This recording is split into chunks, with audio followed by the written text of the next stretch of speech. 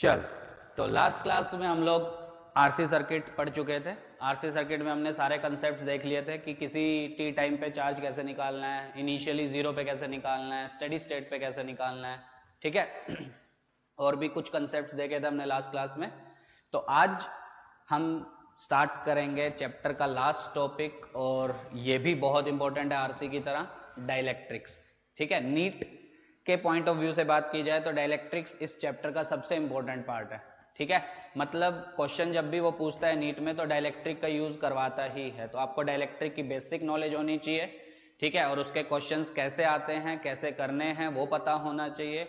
और डाइलेक्ट्रिक के एकदम आसान क्वेश्चन से लेके एकदम मुश्किल क्वेश्चन एग्जामिनेशन में मिलेंगे, ठीक है। एडवांस में बहुत मुश्किल मिलेंगे। तो हम आज और कल 2 लेक्चर में खत्म हो जाएगा डाइलेक्ट्रिक। तो इन दोनों लेक्चर्स में हम एकदम बेसिक से लेके आसान लेवल से लेके एकदम हार्ड लेवल तक सारे कंसेप्ट्स देखेंगे, क्वेश्चंस देखेंगे कुछ, ठीक है। आज का लेक्चर बेसिक रहेगा, छोटी छोटी चीजें, छोटे छोटे कंसेप्ट्स, वो सबको अच्छे से समझना है, चाहे वो नीट वाले हो चाहे वो एडवांस वाले हो। कल के लेक्चर में कुछ चीजें एडवांस लेवल की रहेंगी तो वो नीट वाले नहीं करेंगे, चलेगा। पर आज का लेक्चर, कल का आधा लेक्चर, वो सबको देखना है, उससे बाहर क्वेश्चन नहीं आएगा। और थोड़ा सा समझने की कोशिश करना, कंसेप्ट क्लियर रखना, तो आप कैसा भी क्वेश्चन वो पूछे आराम से कर सकते हैं, ऐसा कुछ वो नहीं है, ठीक है। तो स्टार्ट करते हैं। डाइलेक्ट्रिक्स क्या होता है, डाइलेक्ट्रिक्स, डाइलेक्ट्रिक्स यूज क्यों किया जाता है कैपेसिटर में, ठीक है। वो करने से पहले हम एक चीज देखते हैं, तब और अच्छे समझ में आएगा dielectric. That is force between the plates of capacitor. Force between the plates of capacitor, मतलब हमारे पास पैरेलल प्लेट कैपेसिटर है, तो उनकी प्लेट्स के बीच में कितना फोर्स आपका एक्ट करता है, ठीक है। तो सपोज ये हमारा पैरेलल प्लेट कैपेसिटर है, ठीक है। इस पे चार्ज प्लस क्यू और इस पे चार्ज माइनस क्यू, ये सब हम पढ़ चुके हैं, ठीक। अब अगर मैं चाहता हूं कि इस प्लेट पे कितना फोर्स लगे वो मैं निकालूं, ठीक है, वही तो मेरा हेडिंग है, force between the plates of capacity. ये मैं पहले भी बता सकता था, वैसे चैप्टर की स्टार्टिंग में ही बहुत बुक्स में आपको एक कंसेप्ट मिलेगा, पर मैं अभी बता रहा हूं ताकि आपको फील आए कि डाइलेक्ट्रिक यूज क्यों किया जाता है क्या डाइलेक्ट्रिक, ठीक है। तो जैसे हम चार्ज देते हैं इक्वल और ऑपोजिट सबको पता है, प्लस क्यू यहां पे आएगा, माइनस क्यू इनर सरफेस पे आते हैं, ठीक। तो प्लेट की नंबरिंग करते हैं, ये बोलते हैं प्लेट नंबर 1, ये बोलते हैं कंडक्टिंग प्लेट नंबर 2, ठीक। तो मेरा जो एम है वो है प्लेट नंबर 1 पे लगने वाला फोर्स, उसको फाइंड आउट करना कि प्लेट 1 पे कितना फोर्स एक्ट कर रहा है, ठीक। अच्छा, अब अगर आपने इलेक्ट्रोस्टैटिक्स ध्यान से देखा होगा तो मैंने बताया था कि सपोज आपके पास सिस्टम में 6-7 चार्जेस है, कितने भी, 4, 5, 6, 7 कितने भी चार्जेस है, उनमें से किसी एक चार्ज के ऊपर अगर आपको फोर्स निकालना है, तो मैंने बहुत अच्छे से ये चीज बताई थी, वो यूज होगी यहाँ पे, वैसे पता भी होगा, बेसिक कंसेप्ट है वो फोर्स होता है वो चार्ज जिसके ऊपर आपको फोर्स निकालना है मल्टीप्लाइड बाय जो इलेक्ट्रिक फील्ड है, क्योंकि F इक्वल टू क्यू ही होता है आपका, है ना। तो force acting on any charge is given as the magnitude of that charge multiplied by electric field होती है। अब ये जो इलेक्ट्रिक फील्ड होती है ये क्या उस चार्ज की होती है?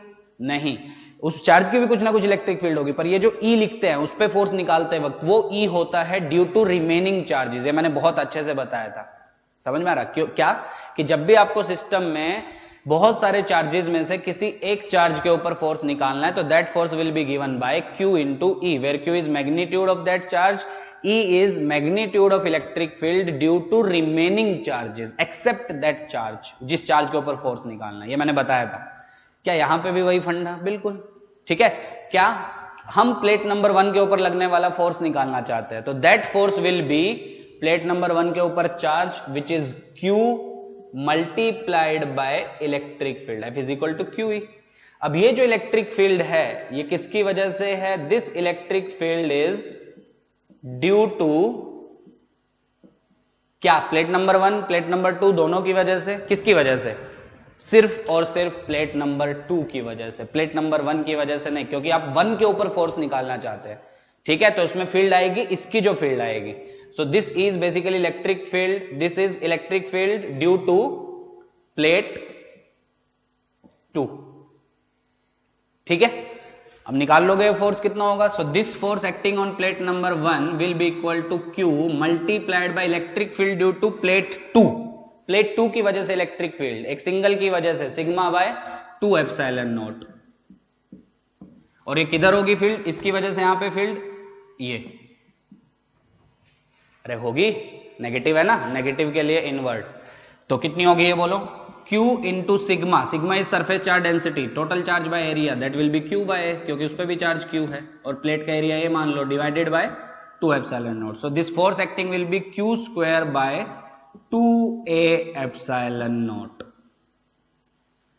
ठीक है किसके ऊपर फोर्स आया है, प्लेट नंबर 1। क्या प्लेट नंबर 2 के ऊपर भी सेम आएगा, बिल्कुल। जब आप प्लेट नंबर 2 के ऊपर फोर्स निकालोगे तो उसके ऊपर फोर्स क्या होगा, उसके ऊपर फोर्स क्या होगा बोलो, प्लेट नंबर 1 की वजह से electric field that will B outward क्योंकि पॉजिटिव है, मल्टीप्लाइड बाय इसका चार्ज क्या है, नेगेटिव है। और आपको पता होगा नेगेटिव चार्ज फोर्स एक्सपीरियंस करता है फील्ड के ऑपोजिट डायरेक्शन में। तो प्लेट नंबर 1 की वजह से फील्ड आउटवर्ड होगी, पर ये जो फोर्स एक्सपीरियंस करेगी प्लेट नंबर 2 वो इनवर्ट करेगी due to negative charge on it. समझ में आ गया। प्लेट नंबर 1 भी किधर एक्ट कर रही है, इनवर्ट टुवर्ड्स प्लेट नंबर 2। क्यों, क्योंकि उस पे पॉजिटिव चार्ज है तो फील्ड की डायरेक्शन में फोर्स एक्सपीरियंस होगा। और फील्ड किधर है आपकी, फील्ड है आपकी इनवर्ट, नेगेटिव की होने की वजह से। ठीक है, और 2 पे जब आप फोर्स निकालोगे तो 2 पे फोर्स होगा 1 की फील्ड की वजह से, और 1 की फील्ड होगी आउटवर्ड, पर फोर्स किधर एक्सपीरियंस करेगा, इनवर्ड। क्यों, क्योंकि ये नेगेटिव चार्ज है फील्ड के उल्टी डायरेक्शन में। ठीक, तो बेसिकली अगर देखा जाए तो प्लेट नंबर 1 भी ऐसा फोर्स एक्सपीरियंस कर रहा है और प्लेट नंबर 2 ये ऐसा फोर्स एक्सपीरियंस कर रहा है। So both the plates will experience the same amount of force and that force will be given by Q square by 2a epsilon naught। कुछ बच्चे इसमें गलती करते हैं, वो क्या करते हैं बताता हूं। क्वेश्चन आ चुका है इसका, 2018 नीट में क्वेश्चन आया है इसका, सेम फोर्स बिटवीन प्लेट्स होकर डायरेक्टली फॉर्मूला पूछा था उसने। तो फॉर्मूला आपको याद करना है तो कर लेना, या डिराइव करना एग्जाम में बैठ के तो डिराइव, वो आपकी इच्छा है।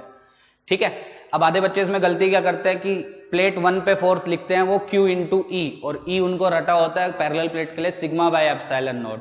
वो सही है, पर वो बीच के किसी पॉइंट पे फील्ड है, वो इसकी वजह से सिग्मा बाय 2 एप्सिलॉन नॉट, इसकी वजह से सिग्मा बाय 2 एप्सिलॉन नॉट, वो ऐड हो जाती हैं तो नेट बचती है सिग्मा बाय एप्सिलॉन नॉट। पर ये जो पूछा गया, ये पूछा गया force acting on any one plate that will be charge on that plate multiplied by electric field due to the other plate, और एक अदर प्लेट की वजह से जो फील्ड होगी that will be sigma bye 2 epsilon not, ना कि sigma by epsilon not. समझ रहे हो। और sigma is surface charge density that will be charge by area, वो तो Q ही है, तो क्या आ जाएगा Q square by 2a epsilon not. ठीक है, इसको रट लेना क्योंकि डायरेक्ट क्वेश्चन इस पे एग्जामिनेशन में आ चुका है, मेंस में भी आ चुका है एक बार बहुत पहले, नीट में भी आ चुका अभी लेटेस्ट। ठीक है, सो बेसिकली यहां से मैं क्या बताना चाहता हूं आपको कि कभी भी आप दो प्लेट्स को, पैरेलल प्लेट कैपेसिटर को, जिनके बीच का जो मीडियम है दैट इज वैक्यूम, अभी बीच में क्या है आपका वैक्यूम, तो जब भी आप एयर में वैक्यूम में दो प्लेट्स को आपस में प्लेस करते हैं, दो प्लेट्स को ऐसे पैरेलली प्लेस करते हैं, तो आप क्या ऑब्जर्व करते हैं कि ये जो दोनों प्लेट्स हैं, सपोज ये प्लेट नंबर 1, ये प्लेट नंबर 2, तो प्लेट नंबर 1 जो है वो लेफ्ट की तरफ राइट की तरफ फोर्स एक्सपीरियंस करेगी, प्लेट नंबर 2 जो है वो लेफ्ट की तरफ, मतलब अट्रैक्टिव फोर्स एक्सपीरियंस करते हैं। तो आप क्या देखोगे कि जैसे ही आपने एयर में इनको रखा तो ये जो प्लेट्स है ये आपस में अट्रैक्टिव फोर्स की वजह से ऐसा चिपक जाती है। समझ में आ रहा। इसीलिए इनको डी दूरी पे बनाए रखने के लिए, इनिशियल इसमें सेपरेशन कितना है d, area of each plate कितना है ए, कैपेसिटेंस कितनी आएगी A epsilon not by d. समझ रहे हो। तो इनकी दूरी डी बनाए रखने के लिए इनको, इनके बीच का मीडियम चेंज किया जाता है, क्योंकि अगर इनके बीच का, प्लेट्स के बीच का मीडियम वैक्यूम हुआ तो एक दूसरे की तरफ ये अट्रैक्ट होंगे due to this force Q square by 2 epsilon nought. इसके ऊपर भी अट्रैक्टिव लग रहा है, इसके ऊपर भी अट्रैक्टिव, तो जिसकी वजह से आपस में चिपक जाते हैं।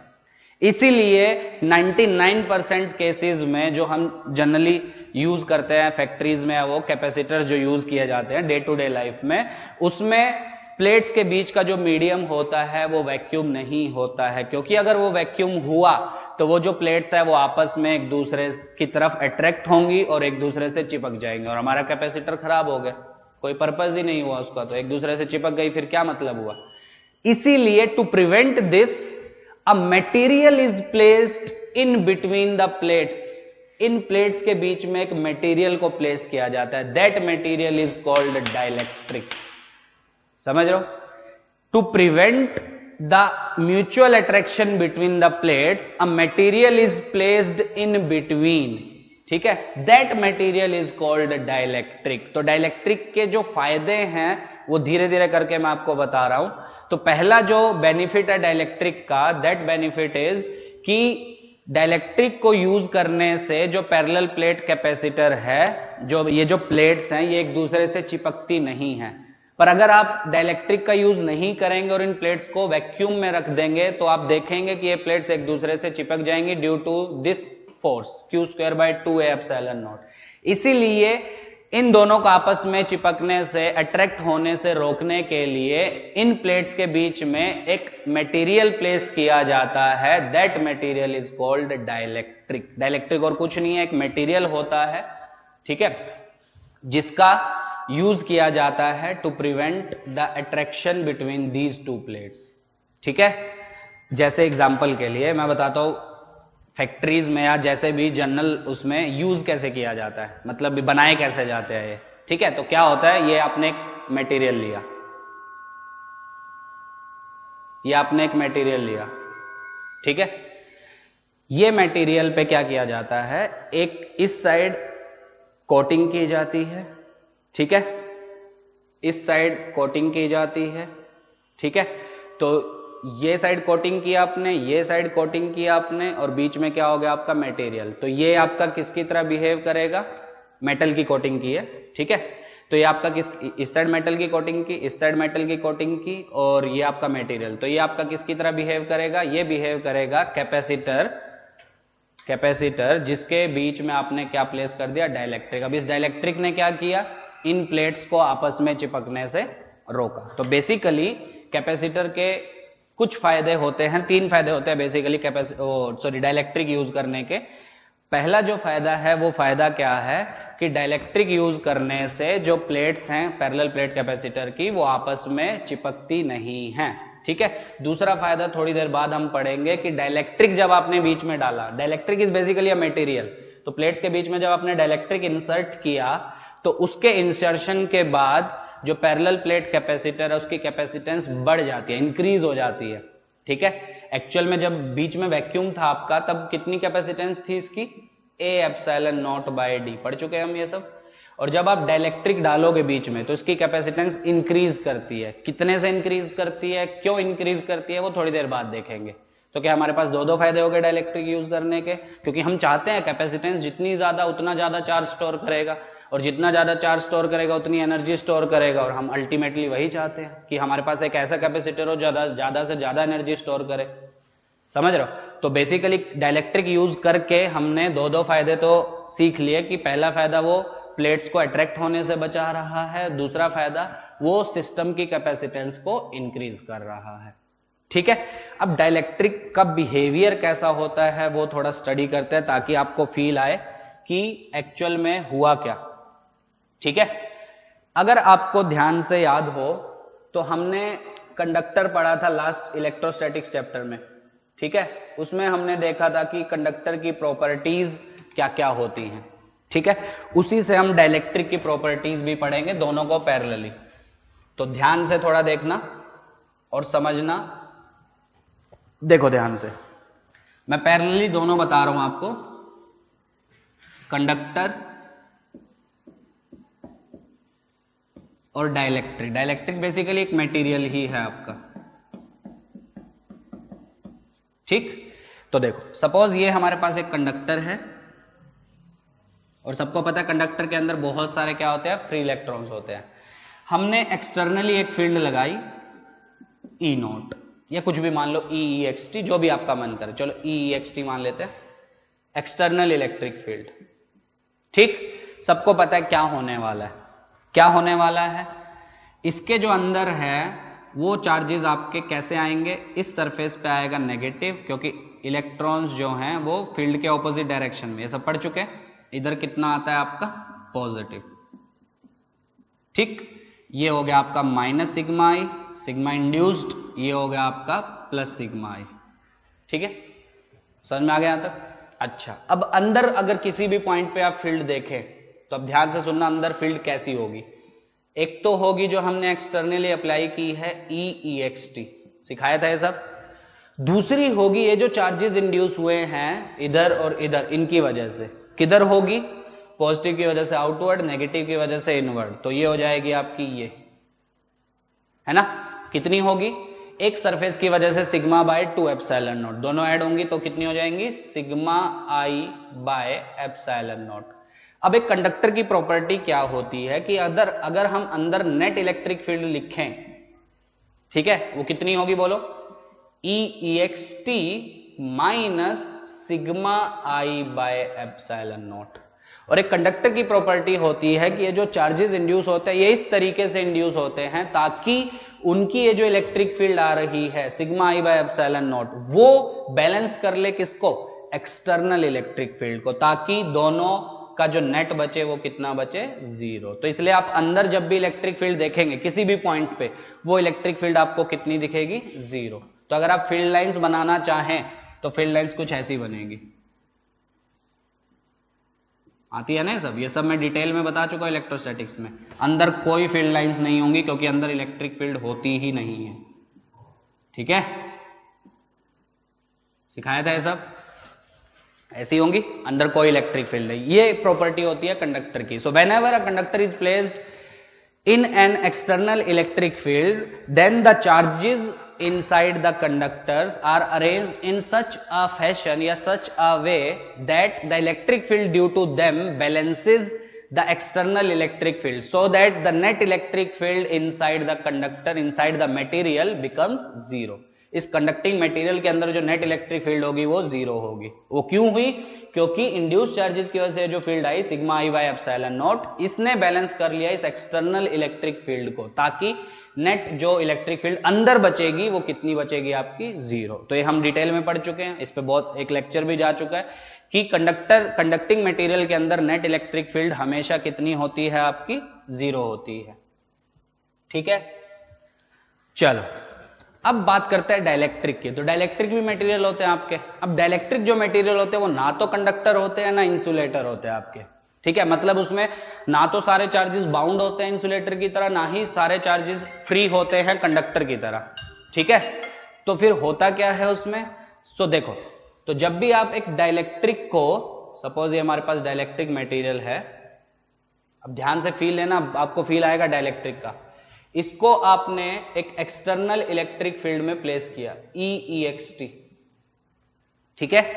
अब एक्सटर्नल इलेक्ट्रिक फील्ड में आपने जैसे ही प्लेस किया तो ये ना तो कंडक्टर है किसके पास बहुत सारे फ्री इलेक्ट्रॉन्स है, ना ही इंसुलेटर है कि बाउंड इलेक्ट्रॉन्स है, ठीक है। तो कुछ ना कुछ तो फ्री है इसके पास। तो क्या होगा? फिर से वही जो इसमें हुआ था, यहां पे नेगेटिव, यहां पे पॉजिटिव, ठीक। ये हो गया माइनस सिग्मा आई, ये हो गया प्लस सिग्मा आई। अब अंदर अगर आप फील्ड देखें मान लो इस पॉइंट पे, ठीक, तो ये हो गई आपकी एक्सटर्नल इलेक्ट्रिक फील्ड और इन दोनों की वजह से लेफ्ट साइड आएगी, ये हो गई आपकी, तो इन दोनों की वजह से sigma I by epsilon not, ठीक। या सिग्मा आई डैश लेना है वो सेम ले लिया तो कोई फर्क नहीं पड़ता उससे।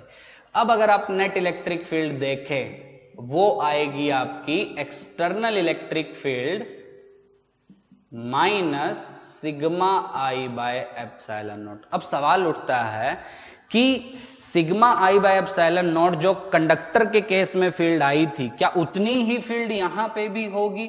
तो आंसर है नहीं।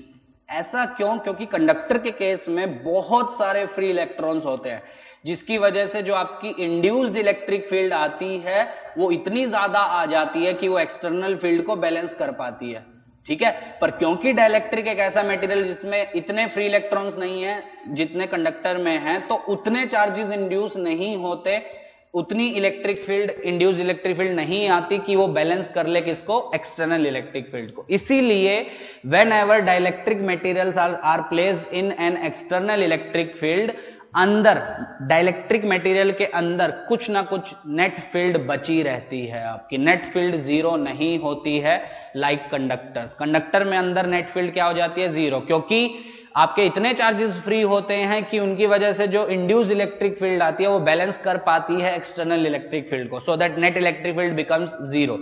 पर डाइलेक्ट्रिक मटेरियल में चार्जेस उतने इंड्यूस नहीं हो पाते, समझ रहे हो। और इलेक्ट्रिक फील्ड जो इंड्यूस्ड होती है, इंड्यूस्ड इलेक्ट्रिक फील्ड, वो उतनी नहीं हो पाती है कि वो बैलेंस कर ले किसको, एक्सटर्नल इलेक्ट्रिक फील्ड को। मतलब this sigma I by epsilon not it can not balance E external, तो अंदर कुछ ना कुछ इलेक्ट्रिक फील्ड बची रहेगी, समझ रहे हो। मतलब नेट इलेक्ट्रिक फील्ड अगर अंदर हम देखें that will B E external minus sigma I by epsilon naught, and in the case of dielectrics this sigma I by epsilon naught is not equal to E external, ये कुछ ना कुछ छोटी होती है एक्सटर्नल से। कंडक्टर के case में ये इंड्यूस्ड इलेक्ट्रिक फील्ड ये बैलेंस कर पाती है एक्सटर्नल को, तो नेट फील्ड आपकी जीरो हो जाती है, पर डाइलेक्ट्रिक के केस में ऐसा नहीं हो पाता, ठीक है। तो डाइलेक्ट्रिक के केस में क्या होता है, ई इंड्यूस्ड, ये जो इंड्यूस्ड इलेक्ट्रिक फील्ड है this is less than external electric field, और कंडक्टर के केस में क्या होता है, induced electric field is equal to external electric field, ठीक है।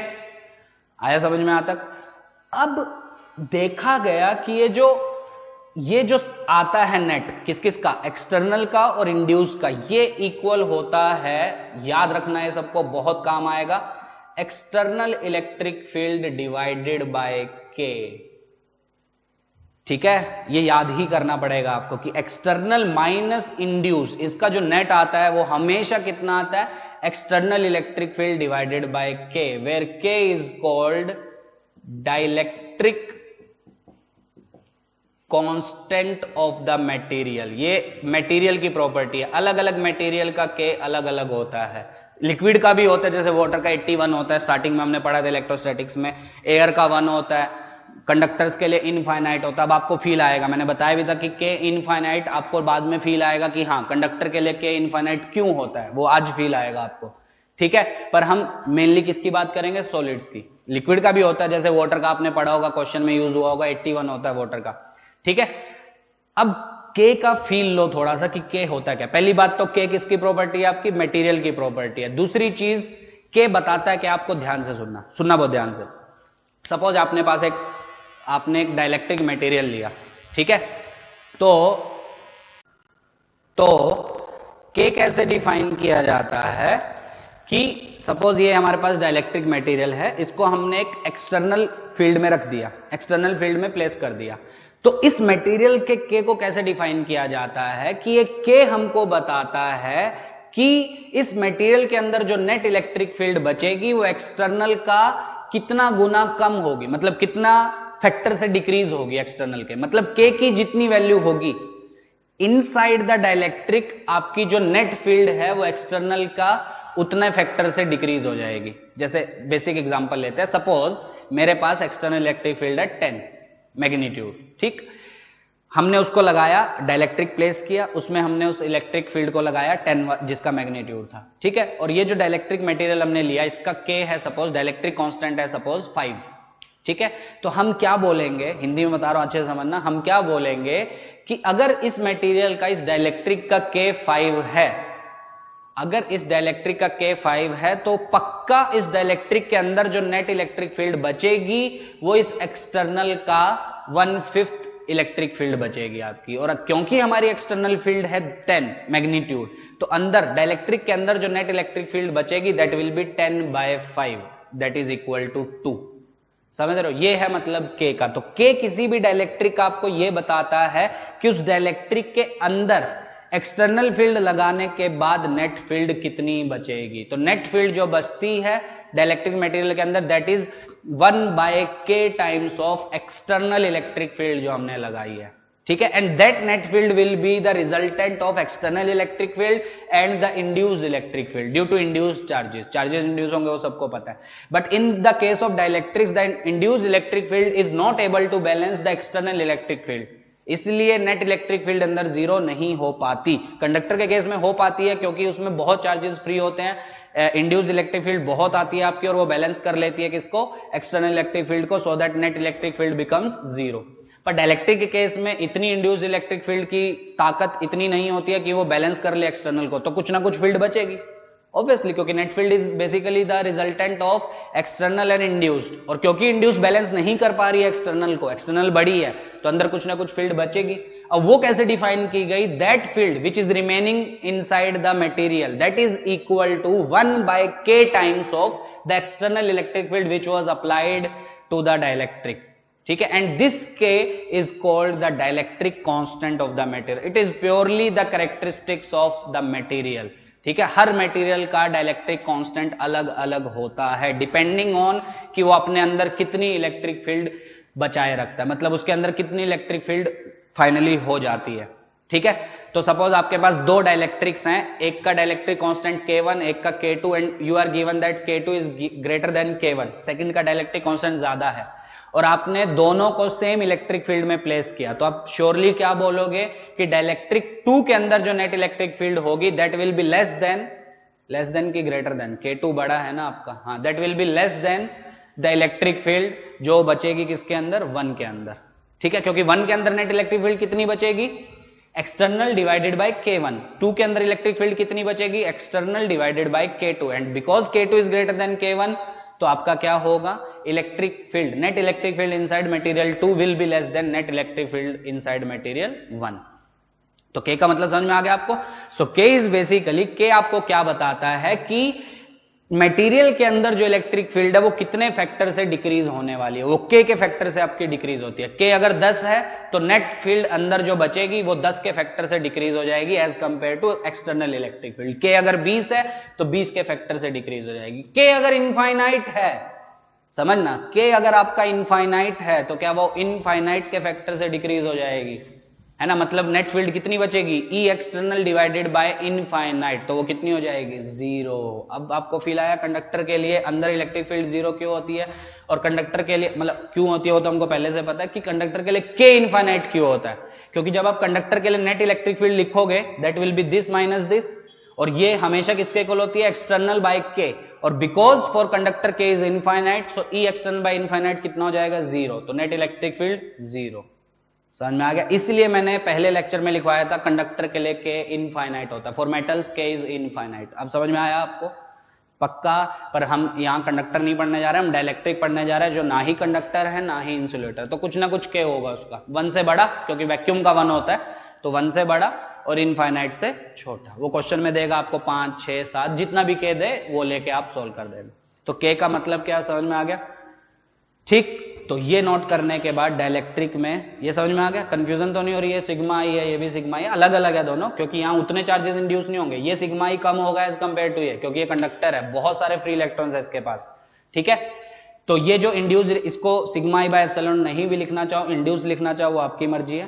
तो नेट फील्ड कितनी बचेगी, एक्सटर्नल माइनस इंड्यूस, वो हमेशा ये आपका याद ही करना पड़ेगा आपको, ये हमेशा किसके इक्वल होगी, एक्सटर्नल बाय K।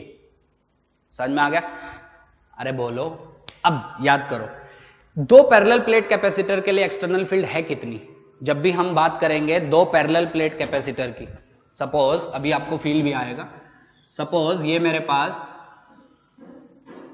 ये पैरेलल प्लेट कैपेसिटर है, ठीक, सबको पता है ये माइनस,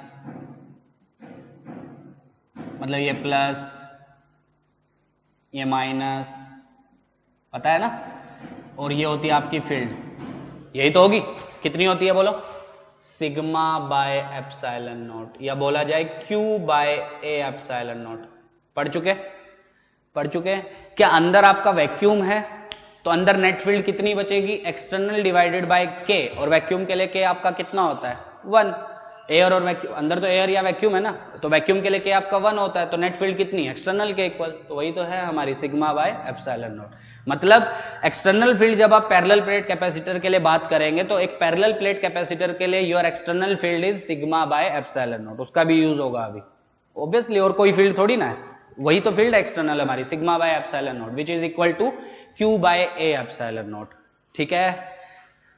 तो अब हम पैरेलल प्लेट कैपेसिटर जिनके बीच में एयर है उससे जंप करेंगे एक पैरेलल प्लेट कैपेसिटर जिसके बीच में हमने एक मटेरियल इंसर्ट किया विच इज कॉल्ड डाइलेक्ट्रिक। क्या फायदे होते हैं, मैंने पहला फायदा तो आपको बता दिया कि वो आपस में चिपकने से रोकता है, दूसरा फायदा अभी हम थोड़ी देर में प्रूव करेंगे कि उससे जो कैपेसिटेंस सिस्टम की आती है वो पहले से ज्यादा आती है आपकी, ठीक है। चलो, तो डाइलेक्ट्रिक का थोड़ा सा फील आ गया होगा कि डाइलेक्ट्रिक होता क्या है, ठीक है। धीरे धीरे और कंसेप्ट्स करेंगे तो और क्लियर होगा। ठीक है, तो ये लिखने के बाद लिख लेना K is dielectric constant of material, ठीक है, और ये भी लिख लेना the value of K tells that the net electric field inside the material is decreased by a factor of K when an external field is applied to the dielectric material, ठीक है। K की value हमको ये बताती है कि अंदर जो नेट इलेक्ट्रिक फील्ड है वो K के फैक्टर से डिक्रीज हो जाएगी जब आप एक्सटर्नल फील्ड अप्लाई करोगे इस डाइलेक्ट्रिक मटेरियल के अक्रॉस, ठीक है। मतलब इस डाइलेक्ट्रिक मटेरियल को एक एक्सटर्नल फील्ड में जब आप रखोगे तो डाइलेक्ट्रिक के अंदर जो फील्ड बचेगी वो एक्सटर्नल का 1/K टाइम्स बचेगी, ठीक है। ये K की वैल्यू आपको बताती है, तो जिसका K जितना ज्यादा जिस मटेरियल का, उसके अंदर जो फील्ड बचेगी वो उतनी कम फील्ड आपकी बचेगी, ठीक है। अभी इसको हम पैरेलल प्लेट में भी देखेंगे कि पैरेलल प्लेट में इंड्यूस कितना होता है, एक्सटर्नल कितना होता है, वो सब, ठीक है। और 2-3 चीजें और लिख लेना, फॉर एयर और vacuum K is equal to 1, ठीक है। फॉर कंडक्टर या metals K is equal to infinite, ठीक है। और बाकी सबके लिए K 1 से बड़ा होगा आपका और इनफाइनाइट से छोटा होगा, ठीक है। और वही हमको पढ़ना है, ठीक। चलो अब बात करते हैं हम, ध्यान से सुनना, पैरेलल प्लेट कैपेसिटर की। अब बहुत ध्यान से सुनना, क्वेश्चन इसका जेईई मेंस में पूछ चुका है 2017 में। तो सपोज ये हमारे पास पैरेलल प्लेट कैपेसिटर, और आपने बुक्स में भी देखे होंगे इसके क्वेश्चन, ठीक। इस पे कितना है प्लस सिग्मा, और ये कितना है आपका माइनस सिग्मा, ठीक है। एक प्लस सिग्मा और दूसरा कितना है, आप थोड़ा लाइट का इशू हो रहा है आज, ठीक है। तो कहां पे थे हम लोग, हाँ, एक था प्लस सिग्मा और दूसरा है आपका माइनस सिग्मा। थोड़ा फील लेना कि डाइलेक्ट्रिक होता क्या काम करता है, कैसे चीजें होती है, थोड़ा फील लेना, ठीक है। अब सपोज मैं इस पैरेलल प्लेट कैपेसिटर के बीच में डाइलेक्ट्रिक इंसर्ट करता हूं, ठीक है, और मैं पूरे में डाइलेक्ट्रिक इंसर्ट कर रहा हूं आपका, ठीक। तो पूरे में जब आप डाइलेक्ट्रिक इंसर्ट करेंगे, मैं दिखाने के लिए थोड़ा सा गैप बना रहा हूं, पर गैप है नहीं, मैं पूरे में इंसर्ट किया हूं, और उतनी डायमेंशन का, जो डायमेंशन किसकी है आपकी पैरेलल प्लेट कैपेसिटर की, मतलब एरिया A और आपका सेपरेशन D, मतलब थिकनेस इसकी D, ठीक। समझाने के लिए मैंने थोड़ा सा गैप दिया है, पर गैप है नहीं, पूरे में इंसर्ट किया है। अभी हम दोनों केसेस पढ़ेंगे, डाइलेक्ट्रिक में हमको दोनों केसेस पढ़ने हैं कि जो डाइलेक्ट्रिक है वो पूरे में इंसर्ट किया, मतलब एकदम प्लेट्स के बीच में पूरे में डाइलेक्ट्रिक इंसर्ट कर दिया, और फिर हम एक और केस पढ़ेंगे कि पूरे में तो इंसर्ट नहीं किया, जैसे सपोज प्लेट्स के बीच में सेपरेशन D है, तो पूरे D में आपने इंसर्ट नहीं किया, कुछ T थिकनेस का डाइलेक्ट्रिक आपने इंसर्ट किया, बाकी में अभी भी वैक्यूम है, ठीक है। अभी तक हमने जो कैपेसिटर पढ़े हैं उसमें जो डी सेपरेशन है प्लेट्स के बीच में, बीच का जो मीडियम है वो वैक्यूम है, अभी तक जो हमने पढ़ा।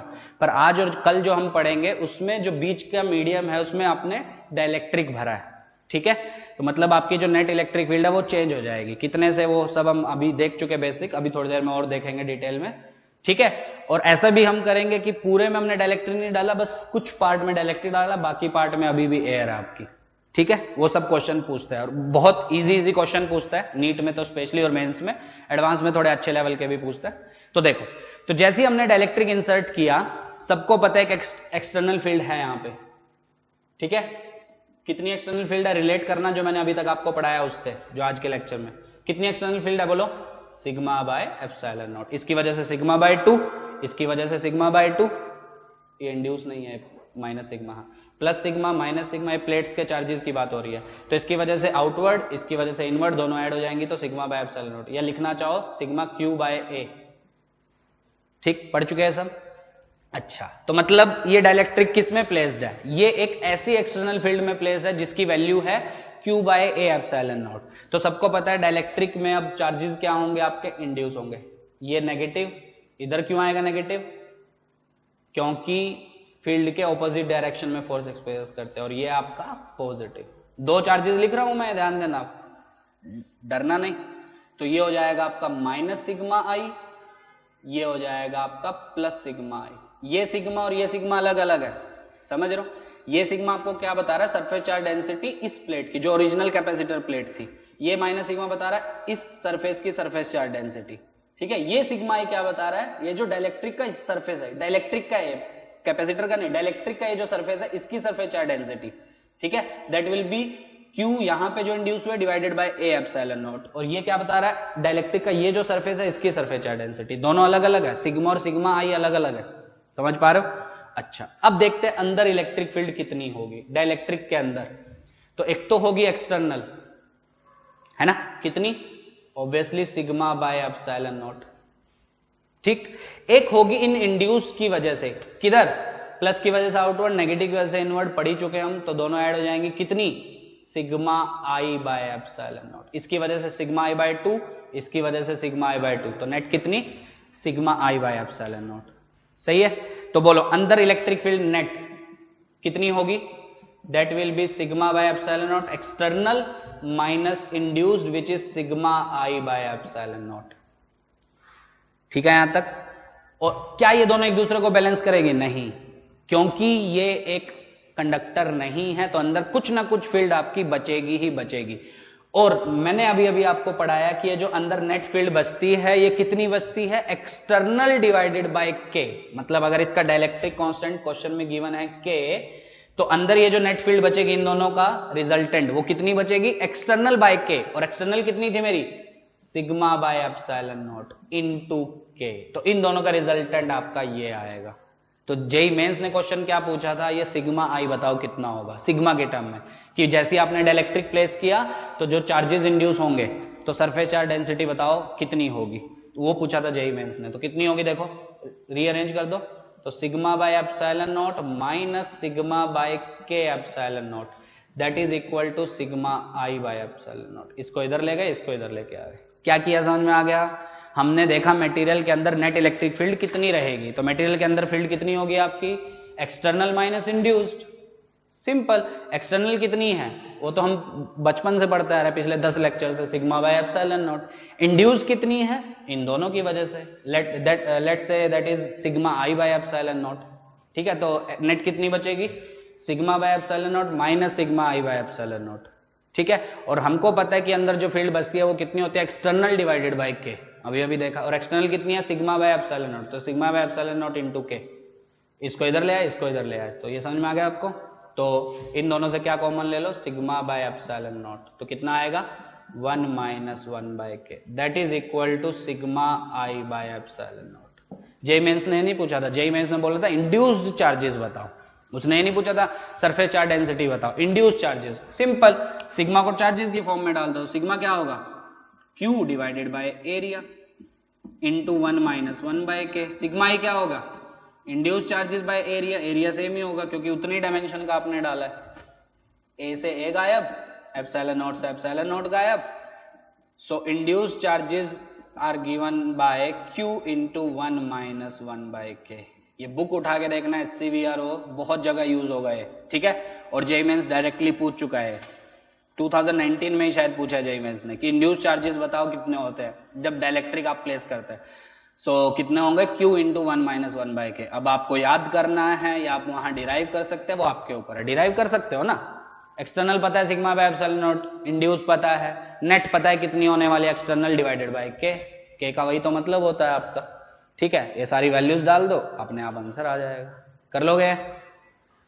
अरे बोलो, तो पहले ध्यान से देखो डाइलेक्ट्रिक ने क्या किया, डाइलेक्ट्रिक डालने पे चेंजेस क्या हुए वो सब समझो, फील लो थोड़ा सा डाइलेक्ट्रिक का कि डाइलेक्ट्रिक होता क्या एक्चुअल में, थोड़ा फील लोगे तभी समझ में आएगा। मुश्किल नहीं है, एकदम आसान है। हाँ मुश्किल क्वेश्चन आते हैं, ठीक है, पर कंसेप्ट क्लियर होंगे तो मुश्किल क्वेश्चन भी कर सकते हैं, पर कंसेप्ट ही क्लियर नहीं होंगे तो आसान भी क्वेश्चन नहीं हो पाएगा, ठीक है। तो पहले समझो कि हमने क्या किया, कैसे किया, और कोई डाउट हो तो उसको पूछना, ठीक। आगे बढ़े, चलो अब देखो ध्यान से, तो इसको अच्छे से नोट कर लो, ठीक है।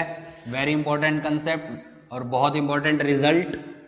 ये हमने क्या क्या निकाला, क्या है ये हमने निकाला है कि जब हम पैरेलल प्लेट कैपेसिटर के बीच में एक डाइलेक्ट्रिक इंसर्ट कर देते हैं तो उस डाइलेक्ट्रिक के सरफेसेस पे जो चार्ज आते हैं, इंड्यूस चार्जेस, क्योंकि फील्ड है अंदर सबको पता है ना, तो डाइलेक्ट्रिक के सरफेस पे जो इंड्यूस चार्जेस आते हैं वो कितने आते हैं, तो वो आते हैं आपके Q into 1 minus 1/K। Q क्या है, जो पैरेलल प्लेट कैपेसिटर के एक सरफेस पे चार्ज है वो आपका Q है। K क्या है, dielectric constant of that material. ये जो डाइलेक्ट्रिक हमने इंसर्ट किया इसका डाइलेक्ट्रिक कांस्टेंट, ठीक है, सबका अलग अलग होता है, तो डिपेंडिंग ऑन द वैल्यूज आपका QI भी अलग अलग होगा, ठीक। चलो अब हम देखते हैं capacitance of a parallel plate capacitor having dielectric। अभी तक हमने क्या पढ़ा, एक पैरेलल प्लेट कैपेसिटर की कैपेसिटेंस कितनी होती है, बीच में अगर एयर हो तो C कितनी होती है, A epsilon not by D, यही पढ़े है ना। पर अगर बीच में हमने डाइलेक्ट्रिक डाल दिया, उसमें भी हम दो केस पढ़ेंगे और उन दो केस पे अनगिनत सवाल आपको मिलेंगे पास्ट ईयर में, अनगिनत, मेंस, नीट, सब में, एडवांस सब में, ठीक है। अब उसमें हम दो केस कौन कौन से पढ़ने जा रहे हैं, या तो पूरे में हमने डाइलेक्ट्रिक भर दिया, मतलब अगर डी सेपरेशन है प्लेट्स के बीच में, तो ये जो डाइलेक्ट्रिक हमने बीच में डाला ये उतनी थिकनेस का डाला जिसकी वैल्यू D ही होगी, मतलब D थिकनेस का ही हमने डाइलेक्ट्रिक डाला, ठीक। दूसरा केस उसके बाद हम पढ़ेंगे कि ये जो हमने डाइलेक्ट्रिक बीच में डाला ये पूरे में नहीं डाला, मतलब इस डाइलेक्ट्रिक की जो थिकनेस होगी वो D से कम होगी आपकी। तो ये दो केस पढ़ेंगे, रिजल्ट कॉमन ही है लगभग, मतलब एक ही रिजल्ट आप दोनों में अप्लाई कर सकते हो। एक जनरल रिजल्ट हम लास्ट में डिराइव करेंगे, उससे आप सारे के सारे क्वेश्चन कर सकते हो, ठीक है। पर क्वेश्चन किस टाइप के आते हैं वो भी समझना और कैसे करना है वो भी। चलो देखो, तो सपोज ये है हमारा पैरेलल प्लेट कैपेसिटर, थोड़ा मैं दूर करके बना रहा हूं ताकि अच्छे से दिखे, ठीक। और ये बैटरी वैटरी है वो सब मैं नहीं बना रहा हूं। इसकी कैपेसिटेंस कितनी होती है अगर बीच में वैक्यूम है, जो हम आज तक पढ़ते आए हैं, A epsilon not by D। पर अब मैंने बीच में क्या इंसर्ट कर दिया, डाइलेक्ट्रिक, जिसका डाइलेक्ट्रिक कांस्टेंट कितना है, K, पूरे में। और मैं थोड़ा गैप दे रहा हूं ताकि आपको अच्छे से समझ में आए, ठीक। वही सेम डायमेंशन का हमने डाइलेक्ट्रिक इंसर्ट कर दिया, ठीक। थिकनेस कितनी है आपकी D, एरिया कितना है A, हर एक प्लेट का, ठीक। अब मैं निकालना चाहता हूं इसकी कैपेसिटेंस कितनी है, क्या A epsilon not by D रहेगी या कुछ चेंज होगी, डाइलेक्ट्रिक कांस्टेंट कितना है इसका, K। चलो देखो, अब यहां से आपको दूसरा फायदा समझ में आएगा डाइलेक्ट्रिक यूज करने का। मैंने एक फायदा पहले ही बता दिया, चिपकने से रोकता है डाइलेक्ट्रिक, इसलिए बीच में डाइलेक्ट्रिक डालना ही होता है। 99.9% एप्लीकेशंस में जो हम डे टू डे लाइफ में डाइलेक्ट्रिक यूज किए जाते हैं उसमें, सॉरी, जो कैपेसिटर यूज किया जाता है उसमें बीच में डाइलेक्ट्रिक होता ही है आपका, कभी भी बीच में वैक्यूम नहीं होता, नहीं तो वो चिपक जाता है आपके, इसलिए बीच में डाइलेक्ट्रिक डालना ही पड़ता है, ठीक है। चलो देखो इसकी कैपेसिटेंस निकालते हैं। तो suppose potential difference, let PD, potential difference between plates is V, जैसे वहां पे किया था सेम वैसी डेरिवेशन यहां पे भी करेंगे, ठीक है। तो V कितना होगा बोलो, ऑब्वियसली वहां पे भी हमने यही किया था, E into D। E is electric field, D is दोनों प्लेट्स के बीच में सेपरेशन, यही तो करते हैं हम, ठीक है। वहां पे E क्या था हमारा, सिग्मा बाय एप्सिलॉन नॉट, सिग्मा को डाला था Q by A epsilon naught, फिर Q को मैंने लिखा था समथिंग इंटू V, वो समथिंग हमारा C बना था और वो C आया था A epsilon not by D। Same एकदम डिट्टो सेम स्टेप यहाँ पे है, बस चेंजेस होंगे यहाँ पे थोड़ा सा, किसमें, इलेक्ट्रिक फील्ड के मैग्नीट्यूड में, क्योंकि बिफोर इंसर्शन ऑफ डाइलेक्ट्रिक, जब आपने डाइलेक्ट्रिक इंसर्ट नहीं किया था तब इलेक्ट्रिक फील्ड का मैग्नीट्यूड था सिग्मा बाय एप्सिलॉन नॉट, वो सबको पता है। पर आफ्टर इंसर्शन ऑफ डाइलेक्ट्रिक, जैसे आपने डाइलेक्ट्रिक को इंसर्ट किया, the electric field becomes sigma bye K epsilon not. समझ रहे हो, यही तो हमने सीखा है आज। सिग्मा बाय एप्सिलॉन नॉट नहीं बचती है, डाइलेक्ट्रिक इंसर्ट करने के बाद वो कितनी हो जाती है, sigma bye K epsilon naught. तो सिर्फ चेंज किस में हुआ, इस E में चेंज हुआ। So basically potential difference between the plates that will be given by E, which is electric field, ठीक है। So this electric field will be sigma by K epsilon naught। Dielectric नहीं डालते तो वो वही होती है सिग्मा बाय एप्सिलॉन नॉट, पर क्योंकि डाइलेक्ट्रिक डालने के बाद की हम बात कर रहे हैं, ठीक है ना। देखो ना मैंने हैविंग डाइलेक्ट्रिक, तो E कितना लिखे बोलो, sigma bye K epsilon naught. Sigma by epsilon not क्यों नहीं लिखी, समझ में आ गया, into D, okay. So V is basically sigma, sigma is surface charge density, कितना होगा, Q by A into K epsilon naught into D। Same step है जो वहां पे किए थे। So Q यहां से कितना लिख दूं बोलो, K A epsilon not by D into V. किससे कंपेयर करें? Q is equal to CV। इसके बाद वो वाली लाइन अपने आप लिख लेना, on comparing with Q is equal to CV। तो C आपका कितना निकल के आया? सो C is K A epsilon not by D. बहुत important, very very important. So basically capacitance of a parallel plate capacitor having dielectric completely filled with dielectric, बीच का जो मीडियम, बीच का जो स्पेस है that is completely filled with dielectric, तो उसकी कैपेसिटेंस कितनी होती है? K A epsilon not by D. आधा फिल किया या 1/4 फिल किया तब चेंज होगी, नो डाउट। अभी जो मैंने बताया है वो आपको बताया when that space between the plates is completely filled with dielectric, तब आपकी कैपेसिटेंस कितनी होगी? K A epsilon not by D, where K is dielectric constant of that dielectric, is area of each plate, epsilon naught is obviously epsilon naught, d is separation between the plates। ये और area कौन सा? ये वाला। समझ पा रहे हो? अरे बोलो। अब इसमें क्वेश्चंस कैसे आते हैं? अभी आज अगर हो गए अच्छी बात है, नहीं तो कल होंगे कि दो डाइलेक्ट्रिक डाल देगा, आधे में K1 वाला फिर K2 वाला, और बोलेगा इक्विवेलेंट कैपेसिटेंस बताओ। ऐसे क्वेश्चन आपको पास्ट ईयर में बहुत सारे मिलेंगे। 3 डाइलेक्ट्रिक डाल दिया बीच में, 4 डाइलेक्ट्रिक डाल दिया, समझ रहे हो? नीट में तो स्पेशली भरे पड़े होंगे पास्ट ईयर वैसे क्वेश्चन से, ठीक है? तो ये समझ में आ गया। So after the insertion of dielectric the capacitance of a parallel plate capacitor increases. Increase क्यों बोला मैंने? बिकॉज फॉर डाइलेक्ट्रिक्स, मतलब कोई भी डाइलेक्ट्रिक मटेरियल हो, K is always greater than 1, और K अगर 1 से बड़ा तो C किससे बड़ा? A epsilon not by D। और वो A epsilon not by D क्या था? ओरिजिनल, जब बीच में वैक्यूम था, कुछ नहीं था, बीच में वैक्यूम था प्लेट्स के बीच में, तब की कैपेसिटेंस, ठीक है? पर अब डाइलेक्ट्रिक डालने के बाद कितनी हो गई? K टाइम्स हो गई पुरानी कैपेसिटेंस से। तो फायदा हुआ या नुकसान? फायदा हुआ। यही मैं बोल रहा था आपको, 2 फायदे आपको आज ही दिख जाएंगे डाइलेक्ट्रिक यूज करने के। पहला फायदा क्या था हमारा? पहला फायदा था कि उसने प्लेट्स को आपस में चिपकने से रोका, क्योंकि अगर वैक्यूम में प्लेट्स होती तो आपस में चिपक जाती। दूसरा फायदा हमने अभी क्या देखा कि डाइलेक्ट्रिक डालने के बाद क्या होता है? सिस्टम की कैपेसिटेंस इंक्रीज कर जाती है, जो हम चाहते हैं। ऑब्वियसली हम तो चाहते हैं कि जितनी ज्यादा कैपेसिटेंस हो उतना अच्छा है हमारे लिए। कितने टाइम इंक्रीज हो जाती है? K times. अगर आपने फुली इंसर्ट किया, उसको पूरे गैप में इंसर्ट किया, आधा इंसर्ट किया, 1/3 किया, तो आपकी कुछ और होगी, उतनी नहीं होगी, कुछ और होगी। अरे आया समझ? पक्का? पर हां, आधा भी इंसर्ट करोगे या 1/3 भी करोगे तो पैरेलल प्लेट कैपेसिटर जो ओरिजिनल वाला था, बीच में वैक्यूम था जिसमें, उससे तो ज्यादा ही होगी कैपेसिटेंस। सबसे ज्यादा किस केस में होगी? जब आप पूरे में इंसर्ट कर दोगे, ठीक है? कितनी हो जाएगी? K टाइम्स ऑफ पुरानी कैपेसिटेंस जब बीच में वैक्यूम था। तो K A epsilon not by D। अरे आया समझ? ठीक है? तो दूसरा बेनिफिट डाइलेक्ट्रिक का समझ में आ गया। After insertion of dielectric the capacitance of the system increases. कोई समस्या? पक्का बहुत क्वेश्चंस आते हैं इस पे, तो अच्छे से इसको स्टार लगा के लिख लेना। So capacitance of a parallel plate capacitor having dielectric, ठीक है? और इसमें भी मैंने अभी स्पेशल पढ़ाया कि पूरे गैप में डाइलेक्ट्रिक है, वो दिखाने के लिए मैंने गैप बनाया। अच्छा, मैं चार्जेस नहीं बना,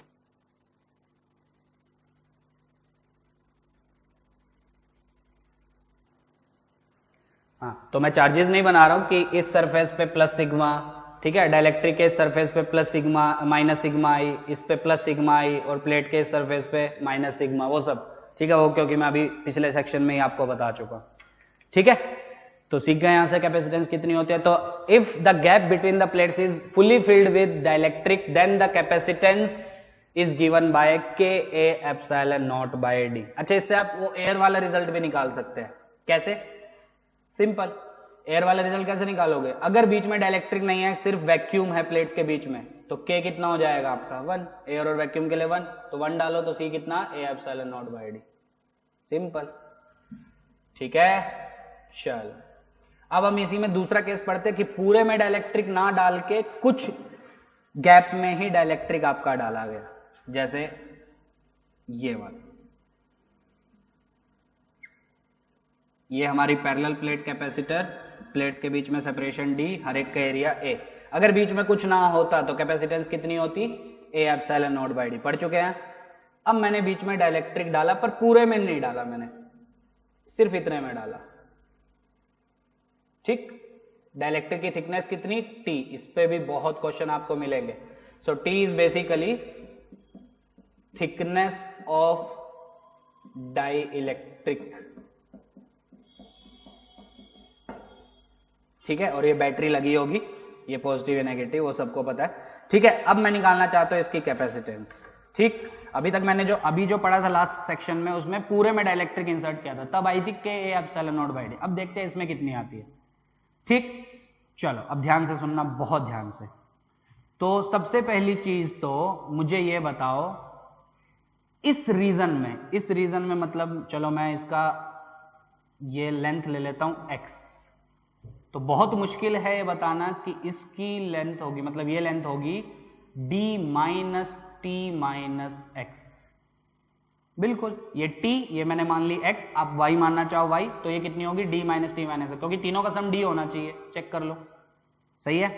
अच्छा, अब मुझे एक चीज बताओ, और इस पे बहुत बेहतरीन क्वेश्चन बनता है, बहुत बेहतरीन क्वेश्चन, स्पेशली मेंस में मजा आ जाएगा आपको क्वेश्चन सोच के कि इतना अच्छा क्वेश्चन कैसे पूछ सकता है। ठीक है, थोड़ा सा मैथ लगेगा, और नीट में भी आ चुका है वो क्वेश्चन, नो डाउट। तो क्या था, देखो ध्यान से। तो मैं तीन रीजन में डिवाइड कर रहा हूं। सबसे पहला डिस्टेंस को मैं डिनोट करता हूं सपोज एस से। तो एक मैं आपको बोल रहा हूं 0 से x तक देखो। ठीक, यहां से मैं चालू कर रहा हूं। फिर मैं आपको बोल रहा हूं x से लेकर x प्लस टी तक देखो, 0 मैंने यहां पे माना है। और फिर मैं बोल रहा हूं x प्लस टी से लेकर d तक देखो। ठीक है, मतलब ये रीजन 1, ये रीजन 2, ये रीजन 3। बहुत ध्यान से सुनना, इस पे बहुत मजेदार क्वेश्चन बनते हैं। तो मैं एक स्टेटमेंट बोल रहा हूं, सुनना ध्यान से। रीजन 1 और रीजन 3 को जब आप देखेंगे तो उन रीजन्स में वैक्यूम है, कुछ और नहीं है। रीजन 1 और रीजन 3 में सिर्फ वैक्यूम है। ठीक, और रीजन 2 में आपका क्या है, डाइलेक्ट्रिक, जिसकी थिकनेस है T। ठीक है, पूरे स्पेस में डाइलेक्ट्रिक नहीं भरा आपने, यहां पे अभी भी क्या है, वैक्यूम, और ये क्या है आपका डाइलेक्ट्रिक। समझ में आ गया यहां तक? अच्छा, यहां तो कोई डाउट? तो रीजन 1 और रीजन 3 में क्या है आपका, वैक्यूम। रीजन 2 मतलब डाइलेक्ट्रिक, T थिकनेस वाला। ठीक, अच्छा, अब मैं देखता हूं रीजन 1। ये रीजन 1 मैंने बोला है, 0 से लेकर x तक, दिख रहा है सबको, ये वाला। इसमें मैं इलेक्ट्रिक फील्ड लिख रहा हूं, ध्यान से सुनना, सिग्मा बाय एप्सिलॉन नॉट। ये प्लस सिग्मा में बार बार चलो बना देते हैं, ये माइनस सिग्मा। ठीक है, यहां इंड्यूस होंगे, सबको पता है। चलो, तो इस रीजन में जो इलेक्ट्रिक फील्ड होगी that will be sigma by epsilon not. सही है या गलत है? सही है, क्योंकि वो तो वैक्यूम है, वहां थोड़ी इलेक्ट्रिक फील्ड चेंज हो जाएगी, वो तो वही रहेगी। कितनी, सिग्मा बाय एप्सिलॉन, या क्यू की फॉर्म में लिखना है तो Q by A epsilon. Q एक सरफेस पे चार्ज। रीजन 2 में ध्यान से देखो, रीजन 2 मतलब यहां से लेकर यहां तक, x से लेकर, x मतलब ये से लेकर x प्लस टी तक, मतलब ये वाला रीजन। तो रीजन 2 में इलेक्ट्रिक फील्ड देखो मैं क्या लिख रहा हूं, सही है या नहीं, sigma by K epsilon not. E1 बोल दो इसको, E2 बोल दो, हाँ या ना? बिल्कुल, क्यों? डाइलेक्ट्रिक है उतने रीजन में, ये जो डाइलेक्ट्रिक है, और डाइलेक्ट्रिक क्या करता है आपकी फील्ड को एक्सटर्नल फील्ड के से के टाइम्स, मतलब के फैक्टर से डिक्रीज करवा देता है। यही तो करता है डाइलेक्ट्रिक आपका काम। तो अगर एक्सटर्नल फील्ड आपकी EEXT है तो नेट फील्ड कितनी बचेगी डाइलेक्ट्रिक के बाद, that will B EEXT divided by के। यही तो हम पढ़े हैं। ठीक है, तो एक्सटर्नल कितनी थी आपकी, सिग्मा बाय एप्सिलॉन नॉट। तो इतने रीजन में कितनी फील्ड बचेगी, क्या सिग्मा बाय एप्सिलॉन नॉट? नहीं, तब तो आप कुछ सीखे नहीं आज के लेक्चर में। तो कितनी बचेगी, sigma by K epsilon not. कोई डाउट यहां तक? और Q की फॉर्म में लिखना है तो सिग्मा तो पता ही है आपको, Q बाय के ए एप्सिलॉन नॉट। तीसरा रीजन में कहां से कहां बोलो, यहां से लेके यहां तक, क्या फिर से वैक्यूम? तो अभी भी इलेक्ट्रिक फील्ड E3 से डिनोट कर देते हैं, कितनी होगी, that will be sigma by epsilon naught. Same Q by A epsilon naught. और आपको पता है डिस्टेंस पे डिपेंड नहीं करती है, तो जितनी यहां पे उतनी यहां पे होगी। ऐसा नहीं है कि यहां पे कम यहां पे ज्यादा, ऐसा नहीं, डिस्टेंस पे डिपेंड ही नहीं करती है। तो फिर से देखो, जब मैंने पूरे में डाइलेक्ट्रिक डाला था तो पूरी नेट फील्ड चेंज हो गई थी आपकी, क्योंकि मैंने पूरे में डाइलेक्ट्रिक डाला तो कहीं वैक्यूम था ही नहीं, तो आपकी फील्ड हो गई थी sigma by K epsilon not. पूरे प्लेट्स के बीच में जितना भी रीजन है सारे सबकी मैं बात करूं, क्योंकि पूरे में आपने डाइलेक्ट्रिक डाला था। पर जब मैं थोड़े से पार्ट में डाइलेक्ट्रिक इंसर्ट करता हूं तो कुछ आपका वैक्यूम भी बचेगा, ये तो उतने में तो फील्ड तो वही रहेगी ना, उसमें थोड़ी चेंज हो जाएगी। तो वो फील्ड रहेगी आपकी सिग्मा बाय एप्सिलॉन नॉट, ठीक है, जो ओरिजिनल थी। पर जितने में आपने डाइलेक्ट्रिक डाला इस टी थिकनेस वाले रीजन में, इसमें आपकी फील्ड हो जाएगी sigma by K epsilon not ये, और बाकी दोनों रीजन में सिग्मा बाय एप्सिलॉन नॉट। तो जेई मेंस कोई तो साल में आया था, और ये नीट में भी आ चुका है सेम क्वेश्चन। उन्होंने पूछा था कि बीच में हमने सिर्फ इतने रीजन में डाइलेक्ट्रिक डाला है, तो उन्होंने पूछा था इलेक्ट्रिक फील्ड वर्सेस डिस्टेंस का ग्राफ। अब वो एस से करना है, एस से कर लो, जिस आपका मन करे, ठीक है। तो वो ग्राफ कुछ ऐसा आया था, ध्यान से सुनना। 0 से लेकर x तक, ये अपनी नोटबुक में अच्छे से बना लेना, और मैं नहीं भी बताता तब भी आपको इतने कंसेप्ट अब क्लियर हो जाने चाहिए कि आपको आ जाए। तो 0 से लेकर x तक मतलब रीजन 1, इलेक्ट्रिक फील्ड कांस्टेंट रहेगी क्योंकि डिस्टेंस पे डिपेंड नहीं करती है, और कितनी रहेगी सिग्मा बाय एप्सिलॉन नॉट। तो कांस्टेंट है तो ऐसा स्ट्रेट लाइन, और कितनी सिग्मा बाय एप्सिलॉन नॉट। अब इसके बाद हम आ गए रीजन 2 में, और सबको पता है रीजन 2 में जो टी थिकनेस है, इस टी थिकनेस में पूरे में इलेक्ट्रिक फील्ड कांस्टेंट रहेगी, पर क्या 1 जितनी रहेगी? नहीं, 1 से कम रहेगी। क्यों? क्योंकि वो होगी sigma by K epsilon not. 1 में थी सिग्मा बाय एप्सिलॉन नॉट, पर 2 में कितनी होगी? रीजन 2 में सिग्मा बाय के एप्सिलॉन, और के क्योंकि 1 से बड़ा, तो ये जो E2 है, this E2 will be less than E1। यहां पे मैं लिख देता हूं, एज के is greater then 1, this implies E2 is less then E1। समझो चीजें। तो E2 E1 से छोटा हो गया, तो मतलब ये, और कांस्टेंट होगा इस टी रीजन में। जब आप देखोगे पूरे रीजन में इलेक्ट्रिक फील्ड कांस्टेंट होगा, डिस्टेंस पे डिपेंड थोड़ी कर रही है, पर हां इसके जितनी नहीं होगी, इससे आपकी कम होगी। तो ये वैल्यू कितनी हो गई आपकी? This value is sigma by K epsilon, और के बहुत ज्यादा बड़ा होगा तो और छोटी हो जाएगी फील्ड, ठीक है। तो ये मैं कहां की बात कर रहा हूं? ये हो गया आपका x प्लस टी तक। अरे है, चलो अब अगला क्या? अगला फिर से रीजन 3, और रीजन 3 में वापस फील्ड कितनी हो जाएगी? Sigma by epsilon naught. तो वापस से आपकी ये, और ये हो गया आपका फाइनली डी। आया समझ? ये क्वेश्चन आ चुका, पास्ट ईयर उठा के देखना, नीट वाले लोग भी और मेंस वाले लोग भी पास्ट ईयर उठा के देखना, तो आपको ये क्वेश्चन मिलेगा, ठीक है। मुश्किल नहीं है, बस कंसेप्ट्स हैं कि क्या हुआ डाइलेक्ट्रिक डालने पे, क्या होता है। अब वो फील आ जाना चाहिए आपको, ठीक है। टॉपिक की स्टार्टिंग में उतना फील नहीं आता, पर अब वो फील आपको आ जाना चाहिए कि डाइलेक्ट्रिक डालने पे हुआ क्या, पूरे में डाइलेक्ट्रिक डालने पे क्या हुआ, आधे में डाइलेक्ट्रिक डालने पे क्या हुआ। पूरे में डाला तो नेट इलेक्ट्रिक फील्ड पूरी चेंज हो गई, वो हो गई sigma by K epsilon not, क्योंकि वैक्यूम था ही नहीं बीच में। आधे में डाला तो अभी तो कुछ रीजन में तो वैक्यूम है ना, तो उसमें तो फील्ड वही रहेगी सिग्मा बाय एप्सिलॉन, पर जितने रीजन में डाइलेक्ट्रिक है उस रीजन में फील्ड आपकी के फैक्टर से डिक्रीज हो जाएगी। यही तो मतलब होता है आपका के का, सिखाया ना अच्छे से। तो वो कितनी हो जाएगी? Sigma by K epsilon naught, और वैक्यूम वाली से छोटी होगी क्योंकि के आपका 1 से बड़ा होता है। तो पहले ये, और यहां इस पूरे रीजन में सेम रहेगी क्योंकि डिस्टेंस पे डिपेंड नहीं करती है फील्ड प्लेट्स की वजह से, मैंने बताया था। फिर उस टी थिकनेस वाले रीजन में, मतलब रीजन 2 में ये पहले से कम, और वापस से रीजन 3 वैक्यूम, तो वापस से सिग्मा बाय एप्सिलॉन नॉट। अब एक होमवर्क है, मुझे जितने बुद्धिजीवी हैं अभी जो पढ़ रहे हैं, चाहे वो मेडिकल के हो चाहे वो इंजीनियरिंग के हो, V वर्सेस S का ग्राफ बना के दिखा दो, ठीक है। जिसने ये बना दिया मतलब उसको ये पूरा चैप्टर समझ में आ गया। V वर्सेस S का, V मतलब पोटेंशियल डिफरेंस। अब सेम तो नहीं रहेगा क्योंकि सबको पता है बीच की यहाँ की इलेक्ट्रिक फील्ड कुछ और है ना।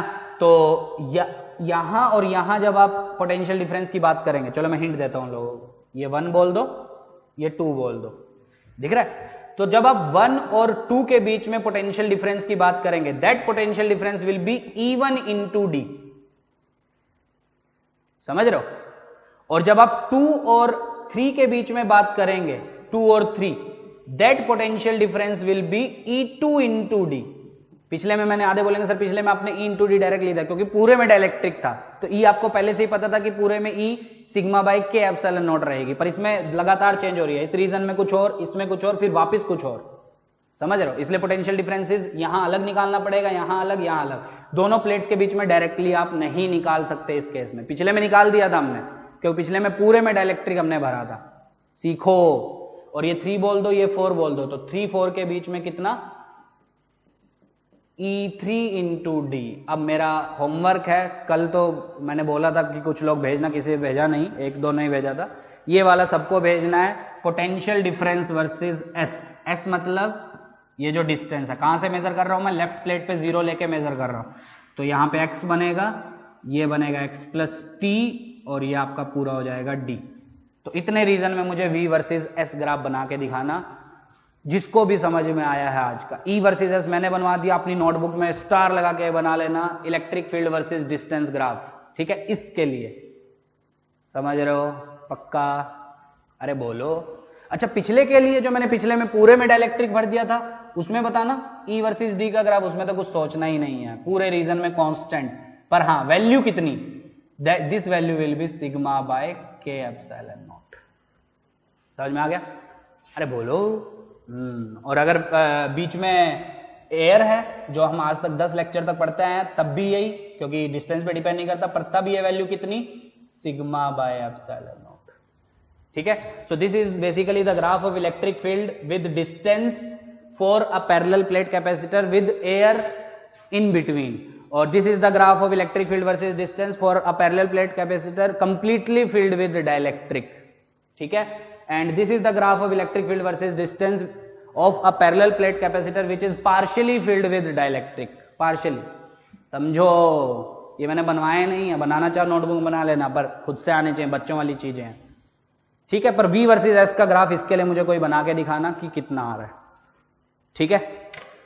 चलो, तो बाकी नेक्स्ट क्लास में करते हैं, इसकी कैपेसिटेंस कितनी होगी वो निकालेंगे, क्वेश्चंस करेंगे, ठीक है। नेक्स्ट क्लास में ऑलमोस्ट कंप्लीट हो जाएगा, आज इसमें थोड़ा ज्यादा टाइम लग गया, पर उसके अगली क्लास में तो पूरा आपका कंप्लीट हो जाएगा, ठीक है। तो आज क्या हो गया आपका, थर्सडे, हाँ, तो फ्राइडे सैटरडे, हाँ ठीक है, सैटरडे को ही कंप्लीट करेंगे, मंडे से नया चैप्टर स्टार्ट करेंगे ग्रेविटेशन, ठीक है। तो 2 लेक्चर और लगाते हैं इस पे, आराम से क्वेश्चन करेंगे एकदम आराम से, ठीक है, सारा कुछ कवर हो जाएगा। तो सैटरडे को कंप्लीट करेंगे चैप्टर, 2 लेक्चर और जाएगा अब, ठीक है।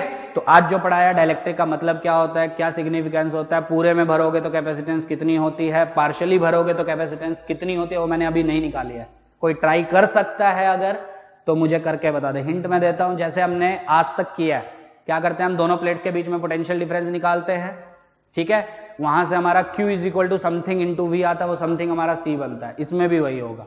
पर इसमें जब आप पूरे के बीच में पोटेंशियल डिफरेंस निकालोगे, आप डायरेक्टली नहीं निकाल सके, क्योंकि फील्ड वेरी कर रही है हर रीजन में। सो वो पोटेंशियल डिफरेंस होगा V1 plus V2 plus V3, ये जो मैंने लिखा, V1 V2 V3, V1 इसके लिए, V2 इसके लिए, V3 इसके लिए, और पूरे का पोटेंशियल डिफरेंस आप कितना लिख सकते हो, that will be Q by C equivalent, क्योंकि Q is equal to CV, वही तो हम करते हैं आज तक। तो पूरे के लिए potential difference Q by C equivalent, समझ रहे हो।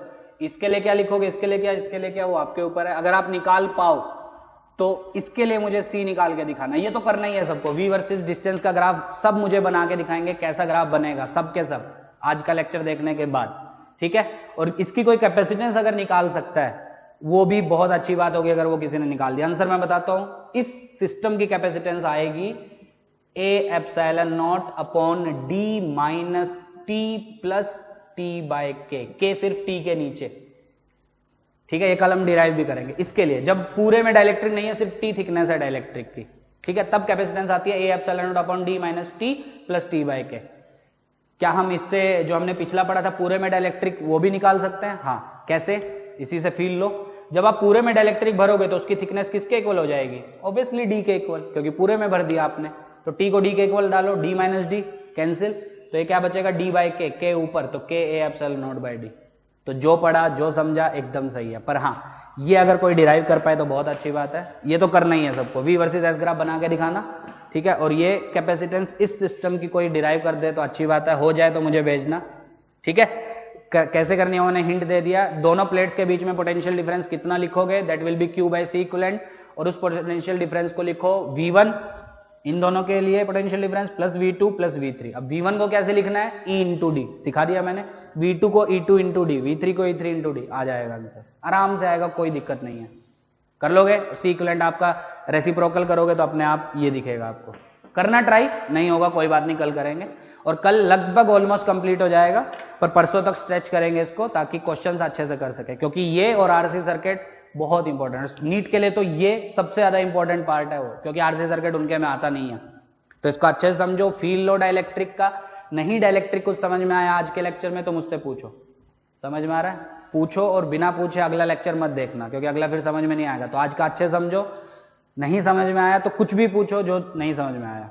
फील्ड की क्यों डिक्रीज हुई, कितने से डिक्रीज हुई, के का मतलब क्या हुआ, है ना, कैसे डिक्रीज होती है, फायदे क्या होते हैं डाइलेक्ट्रिक के, वो सब। ठीक है, चलो तो बाकी नेक्स्ट क्लास में करते हैं। चलो।